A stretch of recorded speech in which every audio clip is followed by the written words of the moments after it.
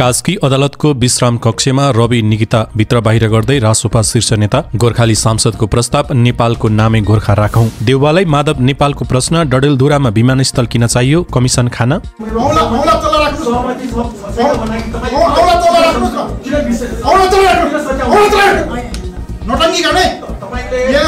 संसदीय समितिमा प्रेम सुरुवाल र राजकिशोर यादव बीच चर्काचर्की। पूर्व पश्चिम राजमार्ग विस्तारका क्रममा भेटियो 4वटा सिलिन्डर बम। पर्यटन मन्त्री भन्छन् नेपाल एयरलाइन्सलाई सुधार नगरी विश्राम लिन्नौ। कम्युनिस्टसँग जनता रिसाएको छ भनेर गरिएको हल्ला त ठगत हल्ला रहेछ। वैज्ञानिक समाजवादी कम्युनिस्ट पार्टीको महासचिवमा आहुति। निजगढ विमानस्थल निर्माण तत्काल थाल्न संसदीय समितिको निर्देशन। त्रिभुवन विमानस्थलबाट सुनसहित 2 युवती पक्राउ र अन्तिम समाचार रहनेछ। विराटनगरको होटल स्टर्न स्टारमा भारतीय नागरिक मृत फेला।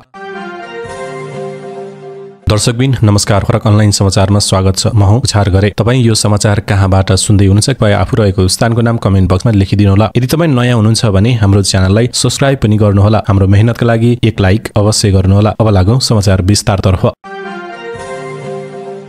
सूर्यदर्शन सहकारी ठगी प्रकरणमा थुन्सेक बस सकिएसँगै राष्ट्रिय स्वतन्त्र पार्टीका शीर्ष नेताहरू पोखरामा जम्मा भएका छन्। बिहिबार सरकारी वकिलको तर्फबाट बहस सकिएपछि रासोपा कार्यवाहक सभापति डीपी अर्याल, कार्यवाहक प्रवक्ता मनिष झा, सांसद विराजभक्त महर्जन, विनिता कठायत लगायतका नेताहरू कास्की अदालत परिसरमा पुगेका हुन्। धेरैजसो नेताहरू अदालत बाहिर बसिरहेका छन्। केही शीर्ष नेताहरू भने अदालत बाहिर र भित्र गरिरहेका छन्। प्रहरीले अदालत परिसरमा सुरक्षा व्यवस्था कडा बनाएको छ। नेपाल प्रहरी र सशस्त्र प्रहरीले निषेधित क्षेत्रमा सुरक्षा दिइरहेका छन्। निषेधित क्षेत्र बाहिर रासोपा कार्यकर्ता र सहकारी पीडित छन्। अदालतभित्र रवि निकिता लगायत विश्राम कक्षमा राखिएको छ। अदालत स्रोतका अनुसार आजै आदेश आउन सक्ने सम्भावना छ। देशकै कान्छा न्यायाधीश नितिज राईको इजलासमा उक्त मुद्दाको बहस भएको हो। लामिछाने सहित पूर्व डीआईजी समेत रहेका गोर्खा मिडियाका पूर्व उपाध्यक्ष छविलाल जोशी, रविको सहयोगी लीला पछाई, पूर्व सांसद तथा संस्थापक उपाध्यक्ष मीना गुरुङ, मीनाकै बाबु कृष्ण बहादुर र पूर्व कोषाध्यक्ष आरती गुरुङ विरुद्ध जवाफी बहस सकिएसँगै न्यायाधीश राईको इजलासले पूर्वपक्षका लागि थुनामा पठाउने कि धरौटीमा छाड्ने फैसला गर्नेछन्। नेपाली कांग्रेसका सांसद राजेन्द्र बजगाईले देशको नाम परिवर्तनको प्रस्ताव गरेका छन्। गोर्खा नेपालको ऐतिहासिक एकता र वीरताको प्रतीक रहेको भन्दै उनले नेपालको नाम नै गोर्खा राख्नुपर्ने बताएका छन्। देशको नाम गोर्खा राख्नुपर्छ, सांसद बजगाईले सामाजिक सञ्जालमा लेखेका छन्। सांसद बजगाई गोर्खा निर्वाचन क्षेत्र नम्बर 1 बाट निर्वाचित प्रतिनिधि सभा सदस्य हुन्। उनी अगाडि लेख्छन्, गोर्खा नेपालको ऐतिहासिक एकता र वीरताको प्रतीक हो। यो नामले देशको गौरवशाली इतिहासलाई प्रखर बनाउँछ। नाम परिवर्तनले मात्र समस्याहरू समाधान नहुने उल्लेख गर्दै उनले जनताको पहिचान र भावनालाई सम्मान गर्दै निर्णय गर्नुपर्ने बताएका छन्। साथै संघीय राजधानी पनि काठमाडौँबाट अन्यत्र सार्नुपर्ने उनको मत छ। उनी लेख्छन्, काठमाडौँ सांस्कृतिक अतिक्रम र अत्यधिक जनघनत्वले पीडित छ। यसलाई संरक्षित सांस्कृतिक सहर बनाउन राजधानी अन्यत्र सार्नु उपयुक्त हुन्छ। नयाँ संघीय राजधानीका सम्भावनामा तुलसीपुर, चितवन र पोखरा रहेको पनि उनले बताएका छन्। काठमाडौँबाट संघीय राजधानी सारिए काठमाडौँलाई पर्यटक र सांस्कृतिक केन्द्रका रूपमा विकास गर्न सहयोग पुग्ने उनको मत छ। रैथानेहरूको संरक्षण गर्नुपर्ने, परम्परागत जीवनशैली विस्थापित हुन नहुने उल्लेख गर्दै उनी लेख्छन्, रैथाने समुदायको सांस्कृतिक अधिकार सुरक्षित गर्नुपर्छ।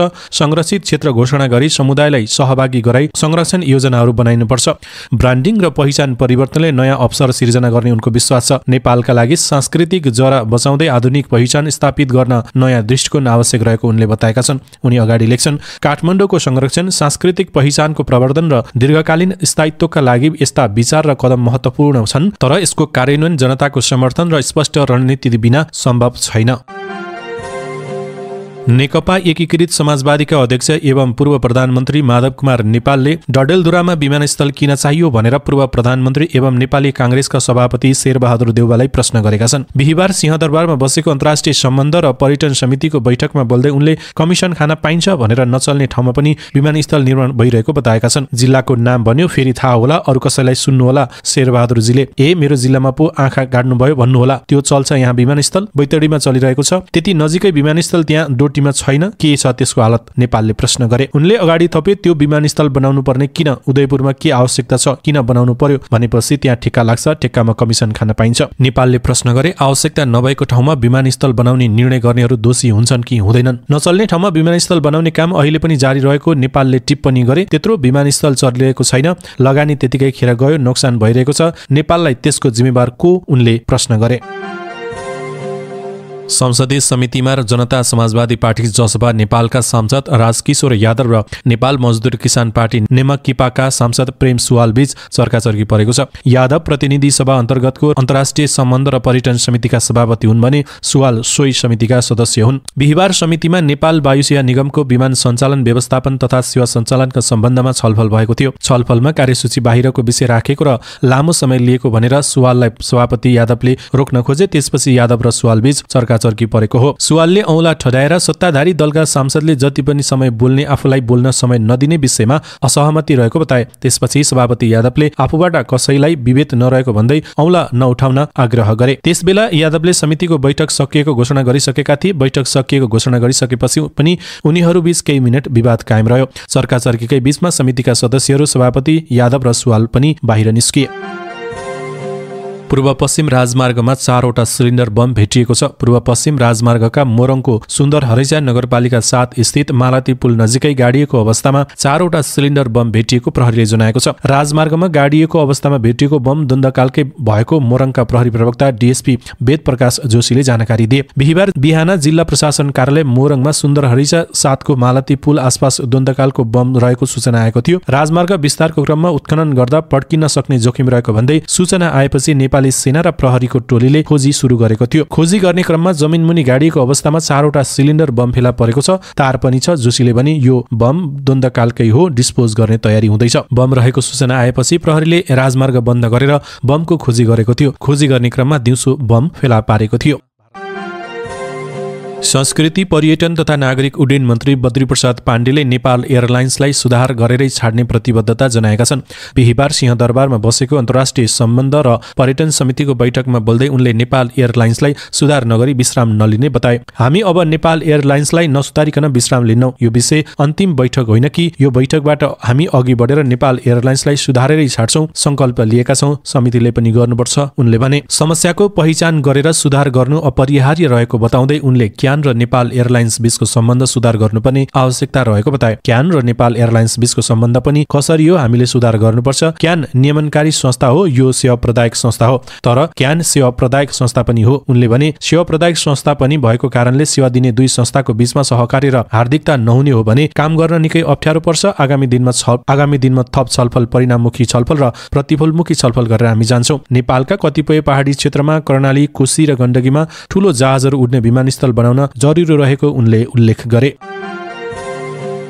वैज्ञानिक समाजवादी कम्युनिस्ट पार्टीको महासचिवमा विश्वभक्त दुलाल आहुति चयन भएका छन्। पार्टीको पहिलो राष्ट्रिय सम्मेलनले आहुति नेतृत्वको 51 सदस्यीय केन्द्रीय समिति बनाएको छ। सो पार्टीको राष्ट्रिय सम्मेलन गत 19 देखि 21 पुससम्म काठमाडौँमा भएको थियो। बिहिबार सम्मेलनका निर्णय सार्वजनिक गर्दै महासचिव आहुतिले छरिएर रहेका क्रान्तिकारी कम्युनिस्टहरू एक हुनका लागि पहल गर्ने निर्णय भएको जानकारी गराएका छन्। त्यस्तै क्रान्तिकारी शक्तिहरूका बीचमा हुने संयुक्त मोर्चा निर्माण गर्दै राष्ट्रियता, जनतन्त्र र जनजीविकाको सवालमा नयाँ उचाइमा सङ्घर्षको उठान गर्ने निर्णय पनि भएको जानकारी गराइएको छ। सम्मेलनपछि बसेको पार्टीको केन्द्रीय समिति बैठकले 3 महिने कार्ययोजना निर्माण गर्ने निर्णय पनि जारी प्रेस विज्ञप्तिमा बताइएको छ। जस अन्तर्गत माघ 20 गतेसम्म सबै ब्युरो स्तरीय प्रशिक्षण सम्पन्न गर्ने, फागुन र चैत महिनामा 2 महिने विशेष राजनीतिक अभियान सञ्चालन गर्ने निर्णय गरेको जानकारी गराइएको छ। अभियानको क्रममा सबै तहका सरकारहरूको हिसाब खोज्ने, भ्रष्टहरूलाई कारबाही गर्ने, जनताका समस्याहरू समाधान गर्न पहल लिने निर्णय गरेको छ। अभियानको उत्सर्गको रूपमा चैत 24 गते देशव्यापी प्रदर्शन गर्ने तथा चैत्र अन्तिम साता केन्द्रीय पार्टी स्कुल सञ्चालन गर्ने निर्णय गरिएको छ। केन्द्रीय समिति बैठकको निर्णयमा भनिएको छ।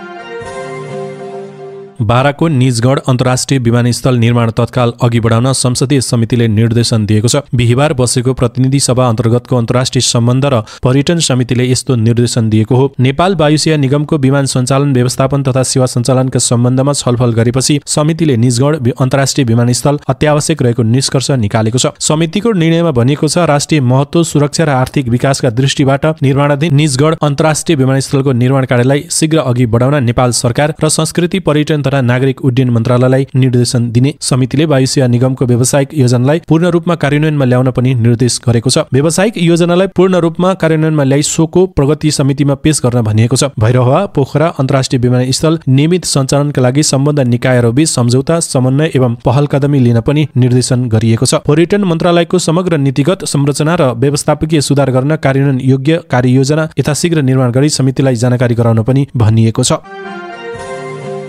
त्रिभुवन अन्तर्राष्ट्रिय विमानस्थलको आगमन गेटबाट सुनसहित 2 युवतीलाई पक्राउ गरेको छ। भन्सार छली गरी लुकाई छिपाई लैजान लागेको 149.11 ग्राम सुनसहित 2 जनालाई बुधबार दिउँसो प्रहरीले पक्राउ गरेको हो। पक्राउ पर्नेहरूमा झापाको कनकाई नगरपालिका 11 घर भएकी 36 वर्षीय पुष्पा माले र सिन्धुपाल्चोक 12 विषय नगरपालिका 1 घर भएकी 32 वर्षीय फुर्बा लामु तामाङ रहेका छन्। नेपाल एयरलाइन्सको उडानद्वारा दोहाबाट काठमाडौँ आएकी पुष्पालाई 67.51 ग्राम र फुर्बालाई 81.60 ग्राम सुनसहित प्रहरीले पक्राउ गरेको हो। उनीहरूलाई आवश्यक अनुसन्धान तथा कारबाहीको लागि त्रिभुवन विमानस्थल भन्सार कार्यालय सिनामङ्गल पठाइएको छ।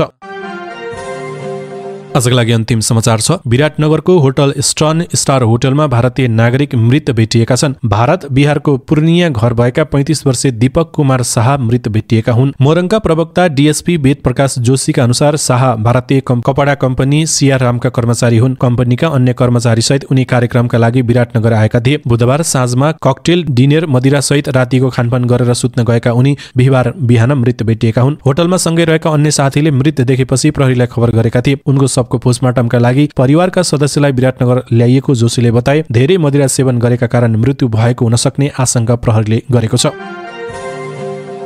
दर्शकबिन, तपाईँ यो समाचार कहाँबाट हेर्दै हुनुहुन्छ? आफू रहेको स्थानको नाम कमेन्ट बक्समा लेखिदिनुहोला। तपाईँ पहिलो पटक समाचार हेर्दै हुनुहुन्छ भने हाम्रो च्यानललाई सब्स्क्राइब पनि गर्नुहोला। हाम्रो मेहनतका लागि एक लाइक अवश्य गर्नुहोला। आजलाई समाचारको श्रृङ्खला यति नै। भोलि बिहान 5 बजे पुनः भेट्ने बाचा सहित आजलाई बिदा दिनुहोस्। नमस्ते।